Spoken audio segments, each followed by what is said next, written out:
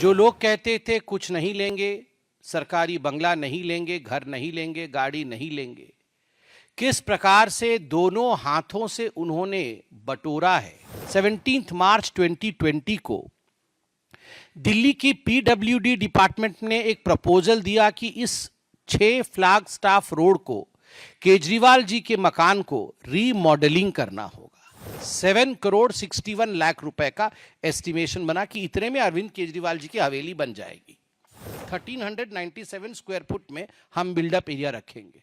इसी के आधार पर सारा टेंडर इत्यादि हो गया और रातों रात एक दिन बदल दिया उन्होंने बदल करके कर दिया कि 1905 स्क्वायर फीट मतलब 36% बढ़ा दिया एस्टीमेट। शहंशाह क्या रहेंगे 1300 स्क्वायर मीटर में, शहंशाह के थोड़ा बड़ा होना चाहिए। तो उन्होंने कहा कि 1900 स्क्वायर फीट में केजरीवाल जी अब रहेंगे।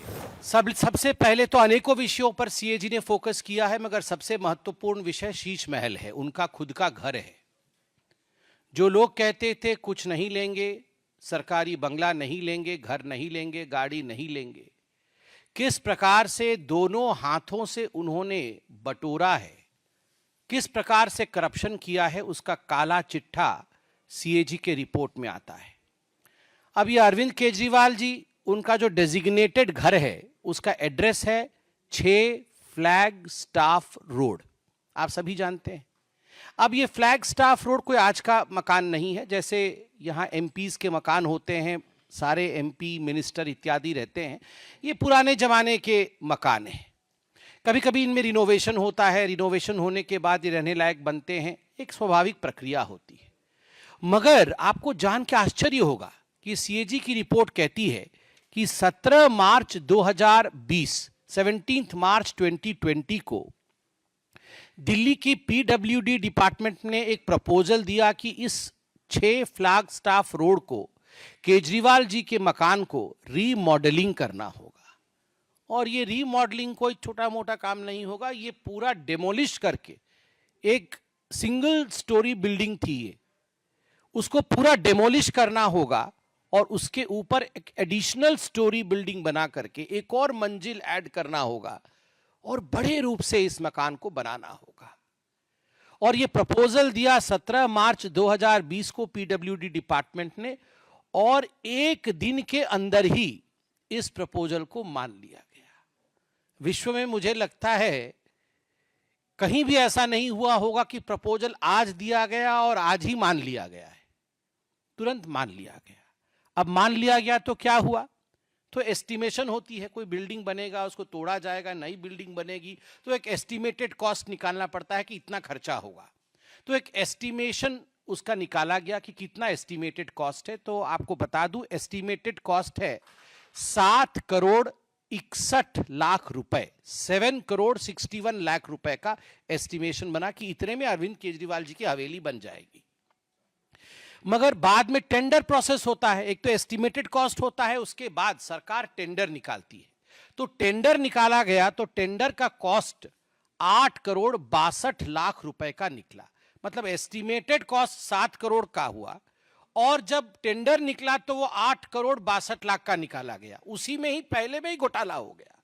एस्टिमेशन आपने किया और टेंडर निकाला 8 करोड़ 62 लाख रुपए का, मतलब 13.21% टेंडर कॉस्ट आपने ऊपर रखा, जो एस्टीमेट आपने खुद किया था। अब उसके बाद अप्रैल 2022 में यह काम कंप्लीट हुआ। जो काम 2020 में प्रपोज हुआ था वो 2 साल के बाद 2022 में कंप्लीट हुआ। मतलब जब कोरोना का प्रकोप चल रहा था उस समय सारे लोग व्यस्त होकर दिल्ली सरकार में ये काम कर रहे थे कि कैसे ये शीश महल तैयार होगी। तो शीश महल तैयार हो गया।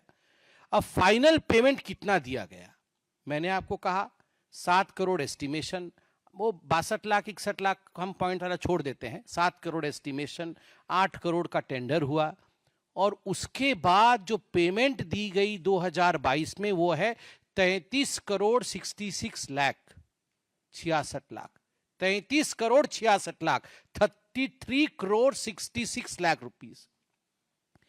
कहां 7 लाख का एस्टीमेट, 7 करोड़ का एस्टीमेट और कहां 33 करोड़ दिया गया है।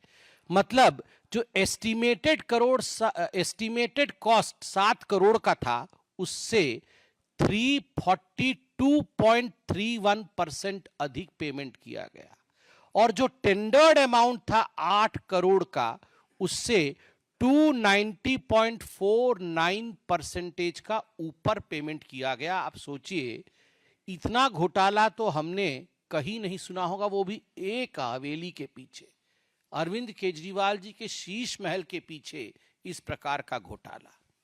और क्या क्या इसमें घोटाला हुआ, सीएजी और क्या कहती है? सीएजी कहती है, देखिए कोई भी बिल्डिंग बनानी हो, कुछ भी आपको एक काम करना हो, तो आजकल है एक टर्म कंसल्टेंट। वो कंसल्टेंट आता है और बोलता है हाँ यहाँ पर ऐसा होगा, यहाँ पर ये बनेगा, फलाना बनेगा, तो उसका एक कंसल्टेंसी फीस भी होती है।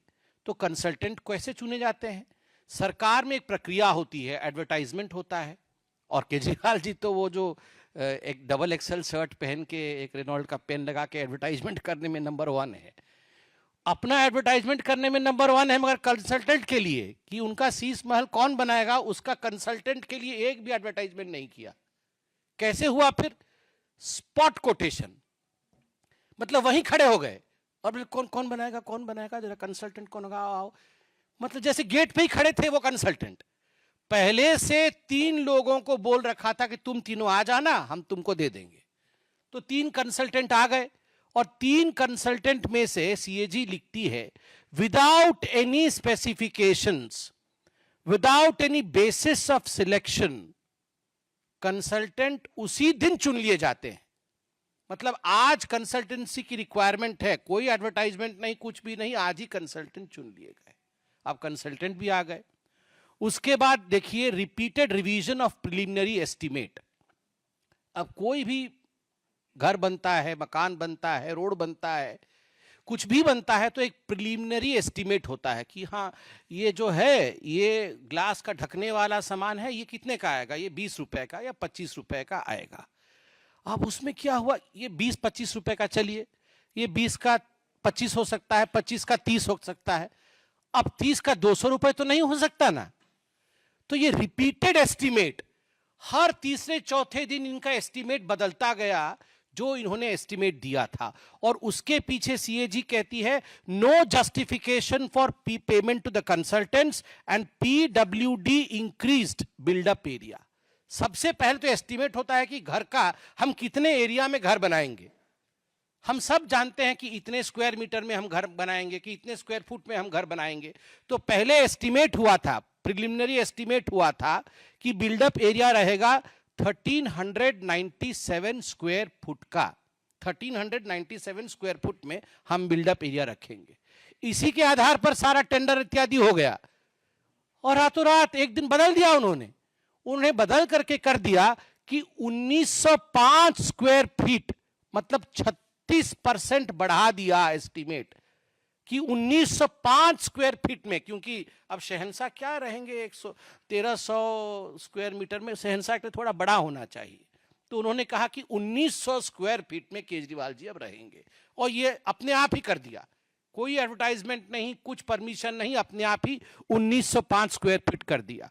उसके बाद इन्होंने जो एप्लीकेबल स्पेसिफिकेशंस होता है, हर चीज का एक स्पेसिफिकेशन होता है कि टूटी होगा तो इस प्रकार का होगा, उसके डोर नॉब्स होंगे तो इस प्रकार के होंगे, टोटो तो बाद में, टॉयलेट होगा तो इस प्रकार का होगा, इस सब की स्पेसिफिकेशन होती है। इस सब स्पेसिफिकेशन का इन्होंने अल्टरेशन किया, सबको बाद में बदला, बाद में पहले कुछ और लिखा, बाद में उसमें ऐड कर दिया और स्पेसिफिकेशन को बदल दिया, जिससे कि पीडब्ल्यूडी को अपने प्रिलिमिनरी एस्टीमेट को 4 बार बदलना पड़ा, 4 बार बदलना पड़ा। और एक जगह तो ऐसे हुआ, देखिए पेमेंट कैसे होता है, आपको ये खरीदना है तो पहले आप एस्टीमेट बनाएंगे, एस्टीमेट बनाने के बाद अप्रूवल आएगा कि हाँ हम ये खरीदेंगे, फिर आप जाके मार्केट में ये खरीद के लेके आएंगे, 25% का ये खरीद के आप लेके आए। मगर पहले मैं खरीद के ले आऊंगा 300 रुपए का, और पेमेंट बाद में होगी कि ठीक है 300 का खरीद दिया, दे दो। सीएजी यहां पर कहती है कि यहां पर एडमिनिस्ट्रेटिव अप्रूवल और एक्सपेंडिचर सैंक्शन, कि आप खर्चा करिए, एडमिनिस्ट्रेटिव अप्रूवल है, ये 9.34 करोड़ रुपए का काम होने के 2 महीने बाद मिला। काम हो गया, जो चीज बाजार से खरीदना था, बल्कि नहीं खरीदना था, वो हायर क्वालिटी चीज खरीद के लगा दी गई केजरीवाल जी के टेस्ट के मुताबिक, और उसके 2 महीने के बाद एडमिनिस्ट्रेटिव अप्रूवल आया। हाँ, ठीक ठीक खरीदा है आपने और एक्सपेंडिचर आप कर सकते थे। अरे पहले एक्सपेंडिचर अप्रूवल होता है, पहले एडमिनिस्ट्रेटिव अप्रूवल होती है, उसके बाद वो खरीदी जाती है। मगर मनमानी तरीके से भ्रष्टाचार के रूप में यहां काम अरविंद केजरीवाल जी ने किया। अब सीएजी टेंडरिंग प्रोसेस के ऊपर क्वेश्चन उठाती है। Arbitrary short listing of the bidder, arbitrary, अपने मन मुताबिक बिडर का इन्होंने शॉर्ट लिस्टिंग किया। Not restoring to open tender, open tender process को दरकिनार किया, जिसके कारण गवर्नमेंट कॉम्पिटिटिव रेट से वंचित रही। अब कंपटीशन होगा तो मैं बोलूंगा मैं 10 करोड़ में बनाऊंगा, तो ये आके बोलेंगे नहीं नहीं नहीं मैं 7 करोड़ में बना दूंगा, तो आप आके बोलेंगे मैं 5 करोड़ में बना दूंगा, तो सरकार 5 करोड़ रुपए में जो बना देगा उसी काम को तो उसको देगी। मगर यहां पर कॉम्पिटिटिव बिडिंग हुआ ही नहीं। इन्होंने कॉम्पिटिटिव बिडिंग किए बगैर, ओपन टेंडर किए बगैर इन्होंने किसी को टेंडर दे दिया, जिसके कारण 25 करोड़ 80 लाख रुपए एक्स्ट्रा पेमेंट करने पड़े। 25 करोड़ 80 लाख रुपए, ये सीएजी कह रही है।